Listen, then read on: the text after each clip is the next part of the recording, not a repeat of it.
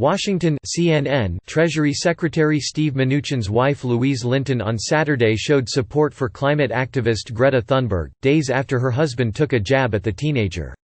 Mnuchin was dismissive of the 17-year-old Swedish climate activist at the World Economic Forum in Davos, Switzerland, and said Thunberg should go study economics in college before weighing in on U.S. policies and how they relate to the climate crisis.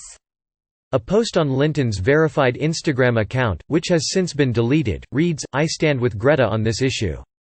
I don't have a degree in economics either. We need to drastically reduce our use of fossil fuels. Keep up the fight at Greta Thunberg." CNN has reached out to Linton about the deleted post and the Treasury Department for comment from Mnuchin.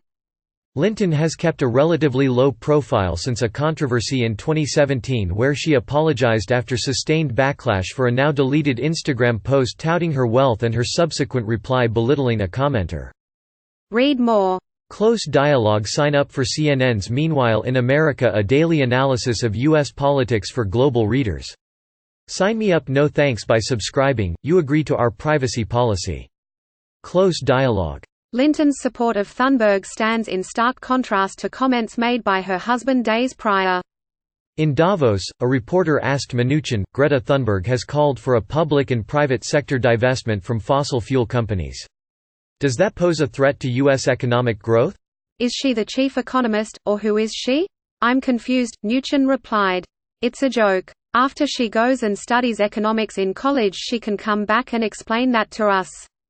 Thunberg, who also spoke at the World Economic Forum in Davos, responded on Twitter, "My gap year ends in August, but it doesn't take a college degree in economics to realize that our remaining 1.5 degrees carbon budget and ongoing fossil fuel subsidies and investments don't add up. So either you tell us how to achieve this mitigation or explain to future generations and those already affected by the climate emergency why we should abandon our climate commitments," Thunberg wrote. Thunberg became the youngest individual to be named Time magazine's Person of the Year in December after inspiring climate protesters worldwide. She gained international attention for condemning world leaders for not doing enough to combat the global climate crisis in a viral speech she made at the UN Climate Action Summit in September. Thunberg has also been a target of President Donald Trump, who has mocked the teen activist on Twitter. Trump's dismantling of environmental regulations unwinds 50 years of protections. Trump attacked climate activists as perennial prophets of doom at the World Economic Forum, where the agenda was focused on tackling the climate crisis. Trump's remarks underscored the chasm between his view on the climate crisis and the overwhelming scientific consensus driving the rest of the developed world to action.